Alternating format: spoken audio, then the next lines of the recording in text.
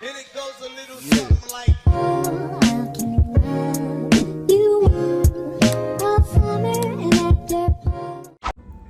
Hai, kita sharing-sharing sedikit yuk. Kalian udah pernah dengar gak sih istilah menabung pangkal kaya? Mungkin beberapa dari kalian baru dengar ya, tapi gue yakin kebanyakan lebih banyak yang udah pernah dengar. Karena gue pribadi dari kecil udah nerapin prinsip itu. Kalau misalnya gue mau beli sesuatu, gue pasti nabung dulu, berhemat dulu untuk mencapai tujuan menabung gue. Tapi istilah menabung pangkal kaya masih relevan gak ya sampai sekarang? Well, gak salah sih, prinsip ini gak salah. Bahasa kerennya adalah delay gratification, dimana kita menahan diri kita untuk kepuasan yang lebih besar di masa depan. Dulu gue mati-matian menabung, berhemat, menahan diri gue untuk menghabiskan uang untuk ditabung, agar nanti setelah tabungannya tercapai, gue bisa beli sesuatu yang gue inginin. Dan prinsip itu terus berjalan, gue pakai sampai gue dewasa. Tapi seiring berjalannya waktu, gue sadar kalau misalnya banyak dari tujuan gue menabung itu menjadi semakin sulit untuk tercapai. Mungkin kalau misalnya dulu gue cuma pengen mainan yang keluaran terbaru, tapi seiring berjalannya waktu tuh makin banyak kebutuhan-kebutuhan gue. Dan gue bingung nih, kenapa ya jadi sulit banget tercapai? Ada dua alasan kenapa tujuan menabung gue menjadi sulit untuk dicapai. Yang pertama adalah adanya inflasi. Mungkin kita semua udah pernah dengar ya inflasi. Gue tahu ini dari SMA, ilmu dasar ekonomi waktu SMA. It's so simple, dimana nilai mata uang terhadap suatu barang itu akan terus naik dari tahun ke tahun. Kalau misalnya 2 tahun lalu mungkin lo beli satu porsi nasi goreng itu harganya 15.000, dan tahun ini dengan porsi yang sama, abang-abangnya sama, mungkin harganya 20.000. Nah, itu adalah salah satu contoh dari inflasi, di mana harga barang akan terus naik dari tahun ke tahun.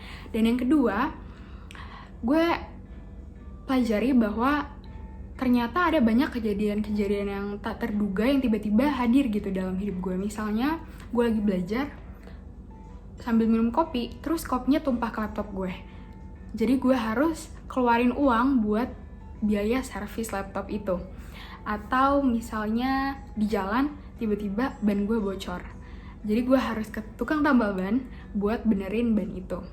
Atau sesimpel tiba-tiba duit gue hilang, nggak tahu, lupa naruh di mana. Dompet gue hilang, nggak tahu, lupa naruh di mana. Sesimpel itu. Dan akhirnya gue sampai kepada satu kesimpulan bahwa mungkin menabung dan hidup hemat, sehemat-hematnya bahkan lebih kepada medit, bukan lagi solusi yang tepat untuk gue memenuhi setiap kebutuhan gue. Mungkin fokus gue yang dulu cuma menabung itu salah, karena ternyata istilah menabung pangkal kaya itu nggak lagi relevan untuk keadaan kita saat ini.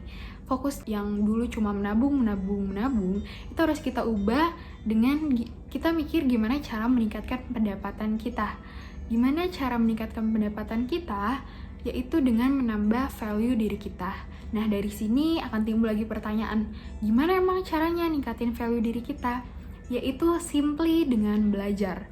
Jadi, dengan kita belajar, pengetahuan kita, wawasan kita akan lebih luas, atau juga dengan mengikuti pelatihan-pelatihan berbayar ataupun tidak berbayar, atau simply dengan menonton video di YouTube, itu dapat meningkatkan value diri kita. Skill kita akan semakin bertambah, sehingga orang yang meng-hire kita itu tidak akan ragu untuk membayar lebih karena kita memiliki kelebihan-kelebihan.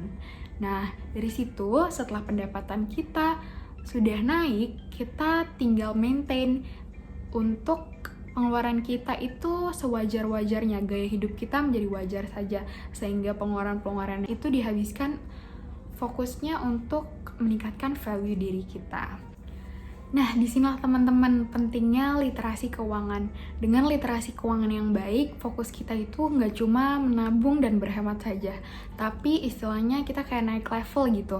Kita jadi tahu di mana seharusnya aset-aset kita ditaruh, kita jadi tahu instrumen investasi apa yang harusnya kita gunakan, dan waktu yang tepat, kapan kita harus menaruh aset kita di sebuah instrumen investasi. Bahkan kita jadi tahu kapan kita harus mengconvert aset kita dari instrumen investasi satu ke instrumen investasi yang lainnya. Sehingga fokus kita bukan lagi tentang uang, tapi bagaimana kita dapat bertumbuh dengan uang itu. Terima kasih, sekian dari saya.